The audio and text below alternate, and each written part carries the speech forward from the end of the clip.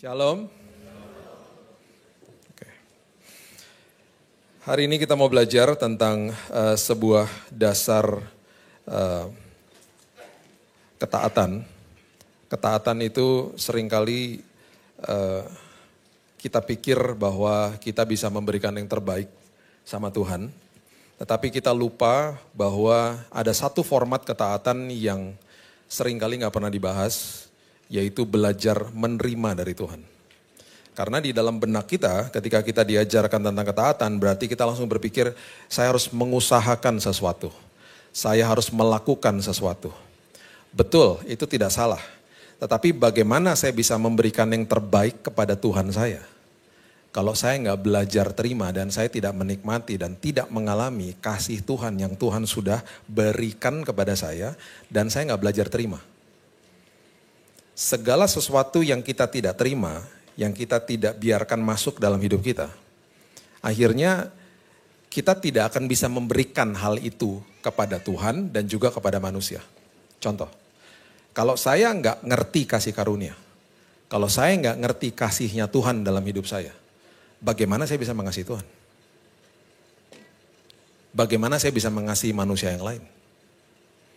Sebuah kapal, dia ada di tengah-tengah air. Kapal itu tidak akan tenggelam sampai air itu masuk ke dalam kapal. Kalau hidup kita tidak biarkan kasih Tuhan merasuki kehidupan kita. Nilai dunia masuk dalam hidup kapal kehidupan kita, tenggelam kita. Jadi ada dua pilihan, kita bisa menerima air kehidupan atau air kotor masuk dalam hidup kita. Itu aja. Kita akan tenggelam di dalam kasih Tuhan atau kita akan tenggelam di dalam nilai dunia. Saya udah pernah sampaikan di waktu yang lalu bahwa saya pernah cerita di sini tentang pergerakan LGBT di Amerika dan bagaimana orang di sana yang memisahkan diri kepada Tuhan dan seterusnya. Hari ini sekolah-sekolah di sana, ini update terakhir ya. Karena saya ngikutin terus berita di sana, saya masih kontak terus sama anak saya, ini barusan dia kontak-kontak sama saya lagi. Sekarang beberapa sekolah akan memasuki kurikulum belajar tentang LGBT. Coba bayangkan, sampai terjadi bentrok fisik antara orang tua dengan kelompok itu. Marahlah orang tuanya. Karena didiskusikan di sekolah. Bahkan beberapa provinsi sekarang sedang mewacanakan orang tua bisa kena pidana kalau orang tuanya bilang gini sama anaknya. Kamu ini pria, karena memang dia pria. Kamu ini wanita, ya karena memang dia wanita. Kenapa? Karena mereka harus diberikan pilihan supaya mereka tidak diberitahu itu, supaya nanti ketika mereka dewasa mereka bebas memilih mau jadi pria atau jadi wanita. Kan gila. Dan itu kalau terjadi, sampai terjadi, ini ada satu state yang lagi bergumul. Kalau itu terjadi bisa pidana loh orang tuanya. Bayangin coba. Dan ini terus terjadi. Jadi kalau kita nggak belajar terima dari Tuhan, makanya orang-orang ketika menerima dan merasakan dan menikmati kasih Tuhan, mereka akan enjoy perjalanan hidupnya sama Tuhan. Banyak loh orang Kristen yang perjalanannya nggak nikmat sama Tuhan. Komplain aja, terus bilangnya gini, hidup Kristen tuh susah pak, dan lain sebagainya. Bagi saya nggak tuh. Bagi saya nggak, bagi Paulus nggak. Paulus berhadapan sama masalah yang mengerikan, menikmati itu hidup sama Tuhan. Bahkan dia katakan apa, hidup ini sia-sia, mati adalah keuntungan bagi aku. Enjoy. Makanya Yakobus bilang gitu kan, anggaplah sebagai suatu kebahagiaan kalau kamu jatuh ke dalam berbagai-bagai pencobaan. Atau ujian maksudnya. Karena arti daripada kata ujian itu adalah mengalami Tuhan. Perasmos. Itu kata-kata seperti begitu, kalau kita nggak paham sama kebenaran firman Tuhan, nyeleneh ayat kayak begitu. Ini apaan sih ini orang gitu. Oh banyak, makanya kita harus belajar terima. Coba lihat ya, Amsal pasal yang ke-23, ayat 26. Amsal 23 ayat 26. Hai anakku, berikanlah hatimu kepadaku. Berikan hatimu kepadaku karena aku mau memberikan sesuatu di dalam hatimu. Itu maksudnya. Aku mau menempatkan sesuatu perkara besar di dalam hatimu. Kamu belajar terima dari aku. Biarlah matamu senang dengan jalan-jalanku. Kalau kamu belajar terima, kamu akan senang dengan jalan-jalanku. Kata senang adalah ratsah natsar bahasa Ibraninya. Kalau dirangkumkan dua kata ini, itu artinya adalah menikmati perjalanan dengan Tuhan. Enjoy. Walaupun ada masalah, tersenyum. Itu jadi begitu akhirnya. Ya, coba kita teruskan, kita baca sebuah cerita yang sangat klasik yang mungkin sudah sering kali kita dengar, Lukas 10 ayat 38. Lukas 10 ayat 38. Ketika Yesus dan murid-muridnya dalam perjalanan, tibalah ia di sebuah kampung, seorang perempuan bernama Marta menerima dia di rumahnya. Perempuan itu mempunyai seorang saudara yang bernama Maria. Ya, perhatikan kalimat ini. Maria ini duduk dekat kaki Tuhan dan terus mendengarkan perkataannya. Ini posisi menerima namanya, posisi yang lagi receiving dari Tuhan. Ya, Yesus menggunakan banyak cara dengan visualisasi yang luar biasa dari sebuah event, di sebuah momen, di sebuah perumpamaan yang dia ajarkan kepada murid-muridnya, dan puji Tuhan itu tertinggal untuk kita semuanya dan kita lihat. Memang ada beberapa perumpamaan, ada beberapa kisah yang tidak dibuat secara detail background kisahnya, sehingga kalau kita baca, kalau kita mengerti kultur pada waktu itu, kita akan makin dalam memahaminya. Karena penulis-penulis pada saat itu mereka udah tahu. Contoh misalnya gini, tentang daun pohon ara dikutuk. Mereka udah tahu bahwa pohon ara itu berbuah dulu baru berdaun. Jadi ketika dilihat daunnya rindang dan gak ada buahnya dikutuk, itu adalah pelajaran Yesus kepada murid-muridnya dan juga kepada kita, lambang daripada kemunafikan. Jangan luarnya rindang, dalamnya gak ada buahnya. Munafik itu namanya. Mereka udah tahu, gak dijelaskan sama penulis daripada kitab Injil, bahwa pohon itu berbuah dulu baru berdaun. Karena memang sudah begitu, mereka udah ngerti. Anak terhilang misalnya. Mereka sudah ngerti, itu anak terhilang. Kalau kita baca Lukas 15, itu diberikan kepada orang Farisi. Sebelumnya ada 2, domba terhilang dan dirham yang terhilang. Kemudian anak terhilang. Itu ada kultur di baliknya. Kalau kita baca, itu akan membuat kita terkesima sama itu. Anak yang terhilang, ya, saya melenceng dikit ya. Anak yang terhilang. Nanti satu hari kita bahas dengan lebih detail. Ketika dia deklarasi independen dari bapaknya, itu kurang ajar loh. Itu kurang ajar benar-benar. Karena dia mengambil warisan dari bapaknya dan dia jual. Itu waktu Yesus lagi ngutarakan begitu, itu orang Farisi bisa dengarnya, bisa marah. Karena mereka betul-betul kan agamawi, legalisme. Itu ketika anaknya menjual warisan itu dan dia pergi dari bapaknya, itu betul-betul sudah memutuskan hubungan bukan dengan bapaknya saja, tapi dengan komunitas. Itu tradisi Yahudi pada saat itu. Nah waktu Yesus utarakan itu kan gak dibahas di situ. Nah kalau kita baca backstory-nya, itu ada upacara namanya kezazah. Kezazah itu adalah upacara kalau anaknya pulang, anaknya akan diadili. Akan diadili sama siapa? Sama orang desanya. Karena kamu udah ngejual warisan bapakmu. Dan ketika kamu pulang, warisannya habis, kan habis di tanah asing. Ceritanya kan gitu, habis di tanah. Dia pulang habis. Dia pulang karena dia mau makan, udah gak bisa lagi di luar. Ditanya sama orang desanya, mana harta bapakmu? Karena harta di situ nggak boleh sembarangan dijual. Itu kebanggaan komunitas, itu tradisi Yahudi. Makanya ada yang namanya pengadilan rakyat, kezazah namanya. Itu akan tidak terjadi kalau bapaknya menganulir itu semuanya. Itu sebabnya Lukas 15 ketika digambarkan bahwa bapaknya melihat anaknya dari kejauhan dan bapaknya lari ke anaknya. Itu sesuatu peristiwa yang betul-betul membuat bapaknya malu dan tidak ada martabatnya. Orang pria Yahudi gak pernah berlari. Berlari itu berarti mengangkat dia punya gaun, jubahnya. Kakinya kelihatan. Itu kehilangan wibawa langsung. Bapaknya melakukan itu loh. Lari, merangkul, memeluk, mencium anaknya. Itu ketika diberikan kepada orang Farisi, mereka langsung mikir, nah kita kalau baca kan mungkin kita gak mudeng. Ini oke, cuman biasa aja gitu. Itu diceritakan kepada orang Farisi. Jadi orang Farisi akhirnya ngerti, proses kezazah itu pengadilan rakyat gak terjadi. Karena bapaknya peluk anaknya. Yang berdosa loh. Jadi Yesus lagi kasih tahu sama orang Farisi, saya sangat mengasihi anak-anakku. Saya rela, malu, dihajar, dihukum di kayu salib bahkan. Untuk anak-anakku. Itu gambaran dari Bapa. Jadi kalau kita ngerti itu dan kita baca itu itu pasti kita akan melihat sesuatu yang sangat luar biasa. Nah ini juga. Ini kisah Maria ini adalah sebuah kisah yang ditinggalkan untuk kita supaya kita belajar. Kalau belajar terima tuh kita harus visualisasi bahwa seperti Maria duduk di kaki Tuhan. Belajar terima dari Tuhan. Ya, Maria ini duduk dekat kaki Tuhan dan terus mendengarkan perkataannya. Sedang Marta sibuk sekali melayani. Sibuk melayani. Sekali lagi ya, sibuk pelayanan gak masalah. Bukan itu artinya. Sibuk melayani. Kalau nggak belajar terima dari Tuhan, nggak bisa melayani dengan baik. Gitu loh. Prinsipnya gitu selalu.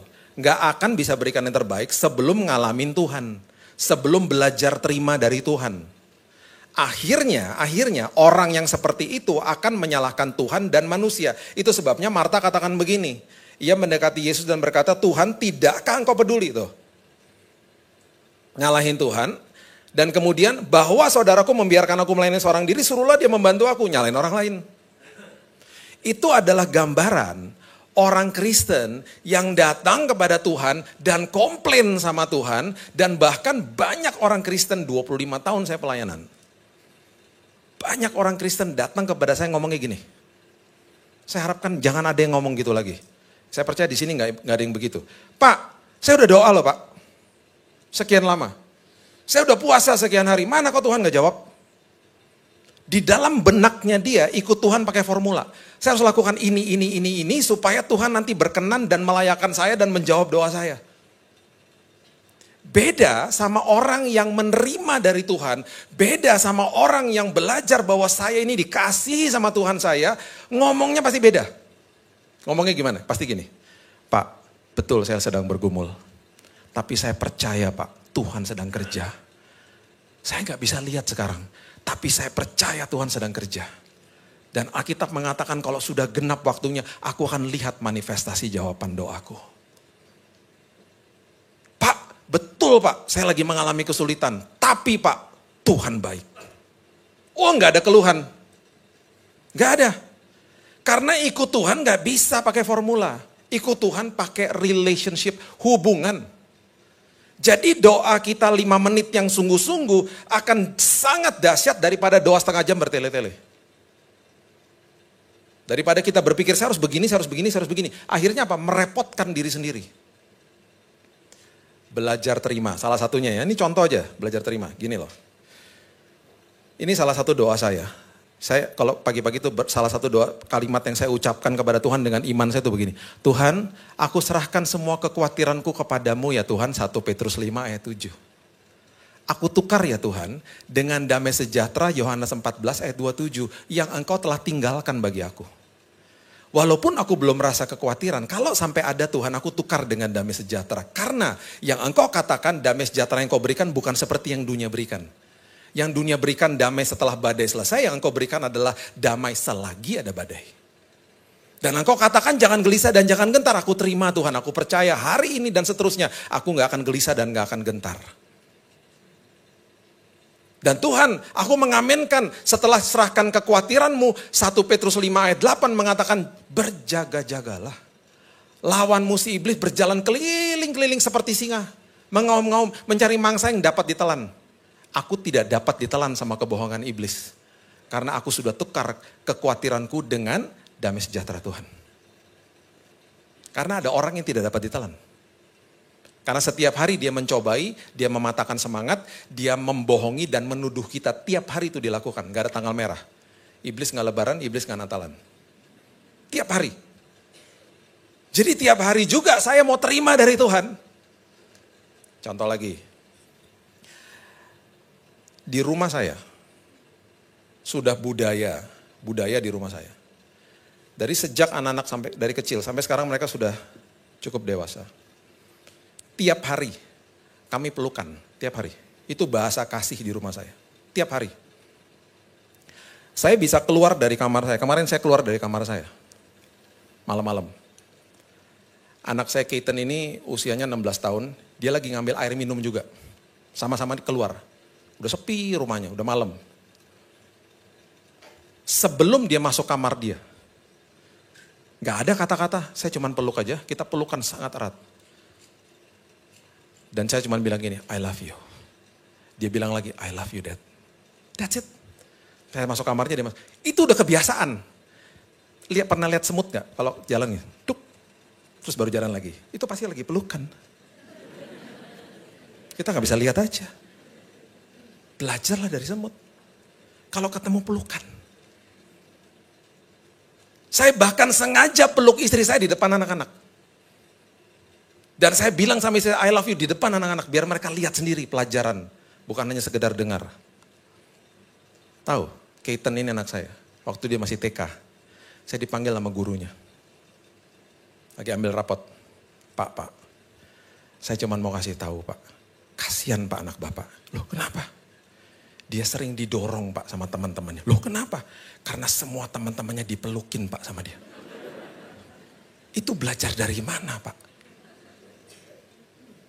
Loh Pak, itu kalau dipelukin temannya Pak. Kalau temannya sudah terbiasa dipeluk di rumah, dipeluk balik Pak sama temannya. Tapi kalau temannya nggak biasa dipeluk, didorong Pak, dia kasihan Pak. Pak, saya pernah loh Pak, saya nih Pak, gurunya ngomong. Lagi kondisi betul-betul sedih di hari itu Pak. Kok bisa Pak dia datang ke saya? Dia peluk saya Pak, tanpa kata-kata. Saya nangis Pak, karena saya ngerasa kasih Tuhan yang luar biasa. Kok bisa Pak kayak gitu? Karena setiap hari dipeluk, Miss, saya bilang gitu. Dia terima, dia bisa berikan yang terbaik. Kita terima dari Tuhan, baru kita bisa berikan yang terbaik. Mau hidup taat, belajar dulu terima kasih Tuhan. Ngalami dulu kasih Tuhan. Bilang Tuhan terima kasih. Aku mau merasakan kasih-Mu kepadaku. Aku mau merasakan Tuhan bahwa aku ini sudah dilayakan. Aku hari ini taat Tuhan. Karena aku sudah dilayakan, bukan untuk dilayakan. Mengerjakan keselamatan itu bukan working for salvation, tapi working out your salvation. Bukan mengusahakan untuk mendapatkan keselamatan, tapi mempertahankan keselamatan. Karena saya hidup taat, karena saya sudah dilayakan. Karena saya sudah dibenarkan sama Dia. Itu sebabnya Yesus bilang begini. Tuhan menjawab, Marta, Marta, engkau khawatir dan menyusahkan diri dengan banyak perkara. Tetapi, perhatikan ini, 3 hal dikatakan. Hanya satu saja yang perlu. Berarti gak ada yang lebih perlu daripada itu. Maria telah memilih bagian yang terbaik, berarti gak ada yang lebih baik daripada itu. Dan ini yang paling dahsyat. Dikatakan begini, yang tidak akan diambil daripadanya. Maria pasti gak mudeng. Maksudnya apa? Gak ada yang lebih perlu, gak ada yang lebih baik, gak akan bisa diambil daripadanya. Di Yohanes 12, sebelum Yesus naik ke kayu salib, dia mampir lagi ke rumah Maria. Diseka toh kakinya sama minyak narwastu. Ingat ya kisah itu ya. Minyak narwastu itu botolnya segini, harganya mahal. Kalau tumpah gak hilang-hilang habisnya, wanginya. Pernah tumpah di rumah saya, teman saya bawa botolnya kecil, tumpah pecah di rumah saya. Itu 10 hari dipel, tetap aja baunya gak hilang-hilang. Terus dikomplain sama murid Yesus toh, mendingan dijual aja, ini minyak kan mahal. Yesus bilang apa? Biarkan Maria melakukan itu untuk mengingat hari penguburanku. Itu pasti gak ada yang mudeng di situ. Tahu apa yang terjadi? Beberapa hari setelah itu Yesus naik ke kayu salib. Wangi-wangian itu masih ada di kakinya. Nah ini kita juga harus belajar kulturnya. Ingat ada 3 wanita datang ke kubur Yesus. Bawa rempah-rempah. Ketemu gak sama Yesusnya? Enggak, udah bangkit toh. Itu merupakan kehormatan bagi wanita Yahudi saat itu. Untuk melumuri tubuh jenazah, kerabat, saudara atau teman mereka. Makanya buru-buru mereka datang. Itu kehormatan bagi mereka. Ketemu Yesus? Enggak. Ketika Yesus katakan kepada Maria, biarkan dia lakukan ini untuk mengingat hari penguburanku. Dan yang dia katakan di sini tidak akan bisa diambil daripadanya. Dia adalah satu-satunya wanita Yahudi yang memiliki kesempatan melumuri kaki Yesus dengan wangi-wangian. Karena wangi-wangian itu masih melekat di tubuh Yesus sampai dia naik ke kayu salib. Berarti apa? Perkenanan Tuhan terjadi sama kita. Kalau belajar terima dari Tuhan. Bahkan hal-hal kecil kita akan begini, terima kasih Tuhan. Kita akan dibukakan mata rohani kita untuk melihat perkara-perkara yang Tuhan sedang lakukan. Dan kita nikmati hidup akhirnya. Contoh. Berapa hari lalu nih, saya baru pulang pelayanan. Saya ini suka makan roti. Jadi keluarga saya, tapi saya harus jaga ya, roti itu enggak boleh sering-sering. Saya dibesarkan dengan keluarga yang makan roti. Jadi pas lagi pulang, tiba-tiba pengen makan roti. Biasanya makan roti itu kecil sih, nggak gede-gede ya. Sama kopi, biasanya gitulah kalau di rumah. Tiba-tiba baru teringat, aduh roti habis di rumah. Udah dekat rumah. Sampai parkir masuk ke rumah. Tiba-tiba di atas meja ada satu bungkusan. Mbak di rumah katakan, Pak itu baru ada yang ngirim. Barusan aja Pak. Saya buka dalamnya roti hangat. Baru dibuatin sama teman saya. Dikirimin ke rumah. Hal kecil loh itu. Kalau kita nggak nikmati perjalanan sama Tuhan, kita nggak akan bilang terima kasih. Hal kecil, hal besar dia perhatikan hidup kita. Akhirnya apa? I enjoy, aku menikmati perjalanan hidupku sama Tuhan. Jadi gitu akhirnya. Oke, bagian akhir dari khotbah saya ini, saya mau memberikan eksposisi ringan supaya Bapak Ibu mengerti yang Yesus lakukan kepada murid-muridnya ketika dia membasuh kaki murid-muridnya ya. Kita bahas cepat aja. Coba buka sama-sama di Yohanes pasal 13, dimulai dari ayat 4. Perhatikan ini. Lalu bangunlah Yesus dan menanggalkan jubahnya, ia mengambil sehelai kain lenan dan mengikatkannya pada pinggangnya. Ini pelajaran yang sangat penting. Oke. Dikatakan begini, kemudian ia menuangkan air ke dalam sebuah basi, mulai membasuh kaki murid-muridnya, menyeka dengan kain yang terikat pada pinggangnya itu. Nanti kita kembali lagi ke ayat 5 ini. Ya, dia mulai membasuh kaki murid-muridnya. Ingat, pada saat itu nggak ada sepatu, yang ada kasut. Jadi kaki daripada mereka itu selalu terekspos dengan debu. Kaki merupakan bagian tubuh yang paling kotor. Dan di dalam keluarga-keluarga yang cukup memadai ekonominya selalu ada PRT di situ. Dan selalu kalau ketika ada tamu datang mereka dibasuh kakinya, diseka. Sebelum masuk ke rumah kasutnya ditaruh di luar, tamunya masuk ke dalam rumah. Kalau keluarganya nggak punya pembantu rumah tangga, mereka akan membasuh kakinya sendiri baru mereka masuk. Karena itu bagian paling kotor. Dan itu pekerjaan yang paling hina. Yesus lakukan itu untuk murid-muridnya. Kembali ini sebuah metafor. Ini sebuah pelajaran yang dia berikan kepada mereka dan juga untuk kita. Supaya kita ngerti apa yang dia lakukan. Supaya kita paham yang terjadi di dalam alam roh kita. Ya. Ayat 6. Maka sampailah ia kepada Simon Petrus, kata Petrus kepadanya, Tuhan engkau hendak membasuh kakiku. Kaget dia. Tuhan mau basuh kakiku? Gak kaget dia. Yang benar aja, ini kan kotor sekali gitu loh. Di dalam alam roh kita, kaki itu adalah menggambarkan pikiran dan hati kita. Ingat waktu kita bertobat terima Yesus sebagai juru selamat, yang lahir baru rohnya. Jiwa kita yang ada perasaan, ada emosi, ada kehendak, ada keputusan, penuh sampah. Itu harus didetox setiap hari. Pembaharuan budi terjadi tiap hari, progresif. Jadi waktu terima Yesus ya, waktu kita terima Yesus, proses di awal itu namanya kita dibenarkan. Itu namanya proses justification bahasa teologinya. Proses yang terjadi progresif setiap hari itu namanya sanctification, pengudusan. Dibersihkan nih, pikiran dan hati dibersihkan, dikuduskan tiap hari sama Yesus. Ini yang dia sedang ajarkan. Nanti proses terakhir, ketika kita hidup dipermuliakan bersama-sama dengan Bapa di sorga, itu namanya glorification, dapat tubuh mulia. Oke? Itu lebih panjang lagi penjelasannya nanti. Ya. Oke, ayat 7. Jangan sampai ayat 7, Tuhan katakan kepada kita hari ini. Karena kita harus mengerti ini hari ini. Ya, dia katakan begini kepada Petrus. Apa yang kuperbuat, engkau tidak tahu sekarang. Tetapi engkau akan mengertinya kelak. Petrus ini betul-betul gak mudeng. Udah dia menyangkal akhirnya, kemudian dia ketakutan lah, dan lain sebagainya. Ada kuasa kebangkitan, dia akhirnya pasti ngerti proses ini. Oh itu toh. Akhirnya Petrus menjungkir balikan dunia dengan Injil. Bahkan ketika dia disalib, dia minta disalibkan terbalik. Di kepemerintahan Raja Nero. Dia gak mau disalibkan seperti gurunya. Gak layak aku katanya. Oh ditantang kematian sama dia. Itu Petrus akhirnya begitu. Nah jangan sampai kalimat ini diutarakan sama Tuhan kepada kita. Kamu belum ngerti sekarang. Mungkin kamu ngertinya besok. Jangan. Hari ini kita harus ngerti. Apa yang Yesus mau sampaikan dalam hidup kita. Ya. Ayat 8. Kata Petrus kepadanya. Engkau tidak akan membasuh kakiku sampai selama-lamanya. Enak aja, ini kan kotor, gak mau. Perhatikan apa yang Yesus katakan. Jikalau aku tidak membasuh engkau. Jikalau kamu gak ngerti bahwa tiap hari pikiran dan hatimu itu aku sedang basuh. Aku sedang berikan sebuah kebenaran. Aku sedang mengasihimu tiap hari. Kalau kamu gak ngerti itu maksudnya. Ayat berikutnya, kalimat berikutnya. Engkau tidak akan mendapat bagian dalam aku. Ini kurang tepat sebenarnya. Dalam aku, kalau kita berpikir, kita akan baca, oh dalam aku berarti aku tidak mendapat keselamatan. Bukan. Bahasa Inggrisnya, you have no part With me, bukan in me. With me itu berarti dengan aku. Bukan di dalam aku, dengan aku. Meta bahasa aslinya. Artinya gini loh, kalau kamu nggak biarkan aku memberikan ini kepadamu tiap hari, aku benarkan, aku sudah layakkan, kamu nggak terima kebenaran ini, kamu nggak rasakan kasihku, ujung-ujungnya akhirnya kamu tidak akan menikmati perjalanan hidupmu dengan aku. Itu maksudnya. Kamu akan jadi orang Kristen yang akhirnya komplain aja. Kamu nggak akan lihat hatiku. Kamu nggak nikmati perjalanan sama aku. Itu maksudnya.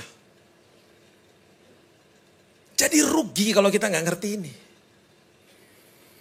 Ayat yang berikutnya, coba lihat ya, ayat 9. Tetap aja nggak mudeng, Petrus bilang gini. Kata Simon Petrus, oh ya udah kalau gitu Tuhan, jangan kakiku aja, tangan dan kepalaku aja udah semua seka dan basuh.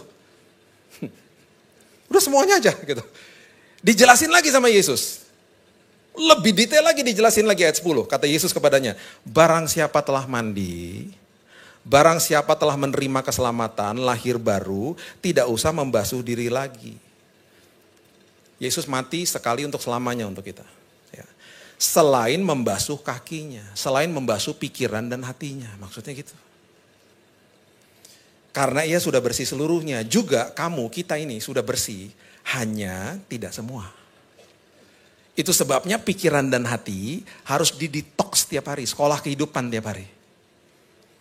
Selagi kita sekolah kehidupan, itu berarti kan kita pasti jatuh dalam dosa lagi. Jatuh dalam dosa itu berbeda sama orang yang hidup dalam dosa. Setelah terima Yesus sebagai juru selamat, udah pasti jatuh dalam dosa. Sengaja atau tidak sengaja pasti jatuh. Perhatikan ini baik-baik. Waktu jatuh dalam dosa, karena sudah ada Roh Kudus, pasti rasa bersalah toh. Rasa bersalah toh. Aduh, conviction itu namanya conviction. Diinsafkan sama Roh Kudus. Aduh, oke Tuhan. Terus kita mulai doa, Tuhan terima kasih. Aku percaya dosaku sudah diampuni di kayu salib. Oke, kita move on sama hidup kita ya. Hari besok, minggu depan, bulan depan, tahun depan, kalau kita masih ingat-ingat sama dosa itu bukan suara Tuhan. Itu iblis lagi nuduh kita. Karena Tuhan tidak akan lagi mengingatkan dosa-dosa kita. Paham ya? Jadi jangan mau dituduh. Jangan mau dibohongi. Akhirnya orang-orang seperti itu stres hidupnya. Akhirnya apa? Orang-orang seperti itu dosa lagi. Beda sama orang yang sudah terima kebaikan Tuhan dalam hidupnya. Merasakan kebaikan Tuhan dalam, nggak mau buat dosa. Itu sebabnya saya pernah kasih tahu kan di sini. Saya udah lakukan ini sama anak-anak saya praktekkan sama anak saya. Saya didik mereka di dalam kasih karunia supaya mereka bertumbuh di dalam kasih karunia seperti Petrus katakan. Bertumbuh di dalam kasih karunia supaya apa? Manusia tidak tersesat dan kehilangan pegangan. Makanya waktu mereka berbuat salah, saya bilang Tuhan berikan aku hikmat supaya aku bisa mengajar mereka seperti Engkau mengajar aku Tuhan. Jadi saya peluk. Saya gak gini-giniin. Anak siapa? Anaknya bingung, ya anak kamu kok nanya sama saya gimana? Saya peluk. Apa yang saya bisa lakukan supaya kamu gak ulangi perbuatanmu lagi? Langsung dia merasakan kasih bapaknya. Langsung dia tahu bahwa bapaknya gak pernah berseberangan sama saya. Dia sebut disiplinnya, ketika dia lakukan disiplinnya dia tidak kepahitan sama orang tuanya. Akhirnya mereka bertumbuh di dalam kasih karunia. Akhirnya mereka gak mau buat nakal lagi bukan karena ketakutan sama orang tuanya, tetapi karena hormat sama orang tuanya. Para orang tua, perhatikan ini baik-baik. Kalau anakmu ketakutan samamu, mereka pasti bohong. Mereka pasti menyembunyikan sesuatu. Gak semua mereka akan cerita. Saya berani ngomong gini karena saya udah menuai hasilnya. Karena dua-dua anak saya ketika mereka pertama kali jatuh cinta, mereka ngadu kepada saya. Dad, Dedi pertama kali jatuh cinta kapan? Anak saya yang perempuan ngomong gitu di umur 13 tahun. Waktu masih SD. Dedi inget gak nama ceweknya? Mas inget lah. Cinta pertama ya inget loh. Dedi kasih tahu sama dia, ya enggak lah masih SD kok. Tiba-tiba hening di mobil. Terus dia ngomong gini, Dad aku punya perasaan kayak begitu, aku harus bagaimana? Nangis saya, nangis. datang kepada saya minta pendapat. Kalau nggak bertumbuh di dalam kasih karunia, kalau ketakutan sama orang tua, nggak perlu orang tuanya tahu. Kalau perlu nggak usah tahu selama-lamanya. Tabu bagi mereka.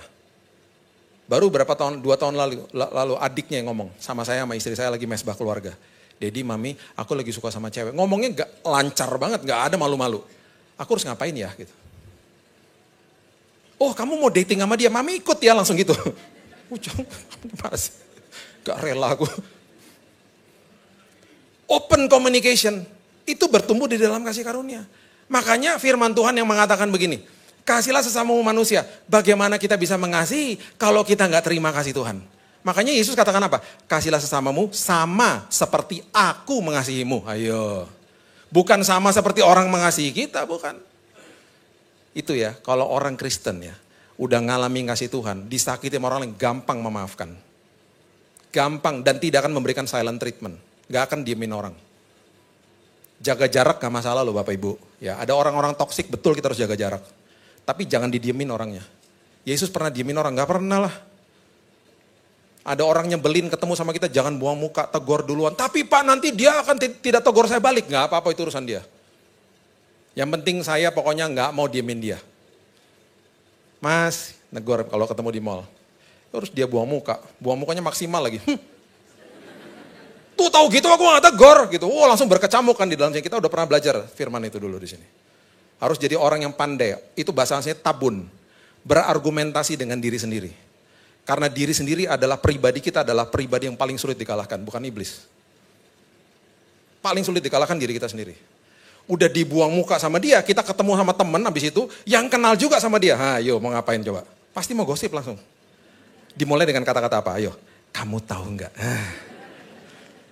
Aku ketemu loh sama si itu. Yang bener. Terus kita memvalidasi diri. Kita membenarkan diri langsung. Aku nih ya udah rendah hati.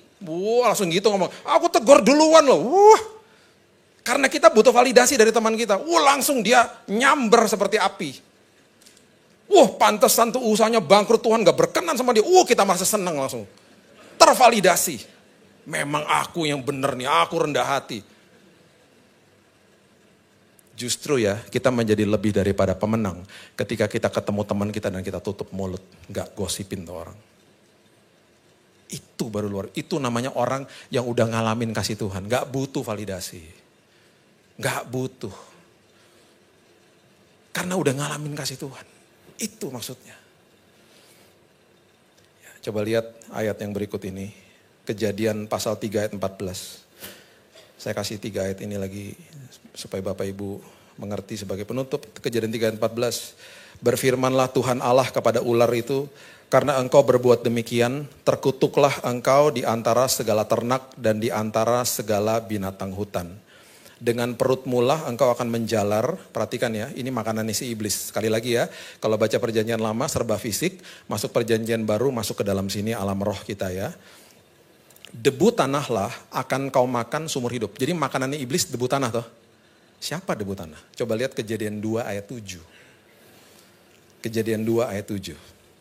Ketika itulah Tuhan Allah membentuk manusia dari apa? Debu tanah. Jadi di dalam alam roh sekarang, kita ini mangsanya dia. Mangsanya dia. Debu tanah. Korelasinya betul-betul pas dengan apa yang Yesus ajarkan. Dia ingin membersihkan apa? Kaki yang terekspos dengan debu tanah. Makanannya iblis. Pikiran dan hati kita diserang tiap hari makanya sama dia. Itu sebabnya sekarang kita balik lagi ke ayat 5 ya. Supaya kita ngerti sebagai penutup saya kasih bahasa aslinya. Yohanes 13 ayat 5. Coba lihat. Ini artinya. Akhirnya kita mengerti apa yang Yesus lakukan ya. Ini dia katakan begini. Kemudian ia menuangkan air ke dalam sebuah basi. Mulai membasuh kaki. Oke. Membasuh itu artinya nipto. Bahasa Yunani. Ya, perjanjian baru itu bahasa Yunani.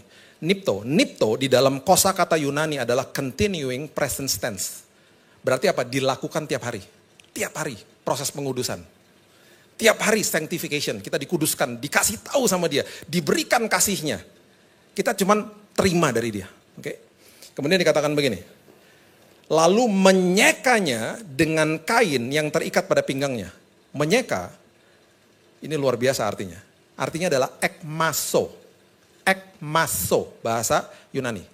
Artinya adalah, aku akan melindungi pikiran dan hatimu dari kebohongan atau serangan si iblis. Itu artinya. Dilindunginya pakai apa? Disekanya pakai apa? Kain lenan, itu artinya. Kain lenan bahasa aslinya adalah leption. Leption artinya, oh banyak, itu ada beberapa referensi, ada di Wahyu dan lain sebagainya, sama semua artinya. Leption artinya adalah righteousness, kebenaran. Kalau dirangkumkan berarti tiap hari nih ya, tiap hari ya. Jadi rugi kalau kita gak terima. Yesus akan datang. Dia akan berbisik di hati kita. Dia akan kasih tahu, nak, ingat ya, aku sudah mati buatmu. Nak, ingat ya, aku sudah benarkan hidupmu. Aku sudah layakkan engkau. Tiap hari kita dibasuh dengan itu. Berarti kita hidup taat. Karena saya sudah dilayakkan, karena saya sudah dibenarkan. Ketika kita rasa itu, kita nikmati itu, kita gak akan bisa dibohongin sama iblis. Merdeka hidupnya. Terima kasih Tuhan. Baru kita bisa memberikan yang terbaik buat Tuhan. Baru kita bisa memberikan yang terbaik bagi orang lain. Berikan tepuk tangan kita untuk Tuhan kita.